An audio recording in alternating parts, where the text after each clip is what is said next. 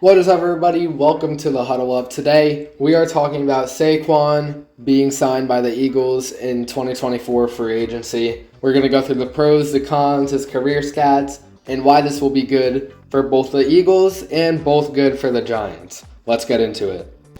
So starting off with the pros of this signing for both the Eagles and Saquon, it will improve the Eagles' run game more than it already is. DeAndre Swift is off to the Chicago Bears. So now they have Jalen Hurts, and to depend on the run game, that's not really enough. So Saquon Barkley is here, and he also gets out of the Giants situation.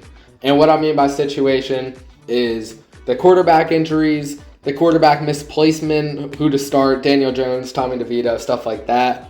And it also gets him out of any, draft situations and also trading as well. Another thing is he is only in the Eagles for 3 seasons. He's only with them for 3 seasons, 3 years. And that might seem like a not good thing. However, it is good if, for whatever reason, being with the Eagles doesn't work out for him. It's always good to be on short-term contracts before you sign extensions. Another one is he will work with an already dominant run offense. The Eagles' run offense is really good, especially with the tush-push, which isn't much of a run, but I guess it could count. And going with DeAndre Swift, it was also really good. So, those are the pros of Saquon going with the Eagles. Now it is time to talk about the cons of this free agent pickup for both Saquon and the Eagles, as well as the Giants. And there's cons to every trade, every free agent pickup, but there's a few of them for Saquon, starting off with not as much opportunity. Depending on who the Eagles also bring in for the running back too, whether they draft someone, take someone off the practice squad, or even sign someone again out of free agency, there's not going to be as much opportunity as there was on the Giants because they weren't a super run-heavy team compared to the Eagles.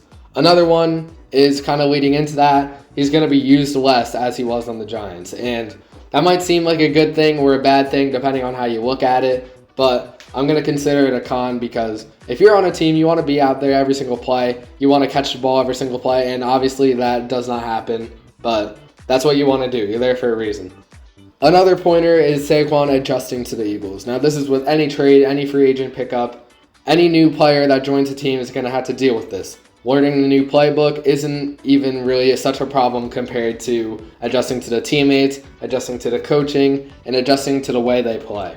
And another thing is a different run game than the Giants. We all know the Eagles run the ball a lot more than the Giants do.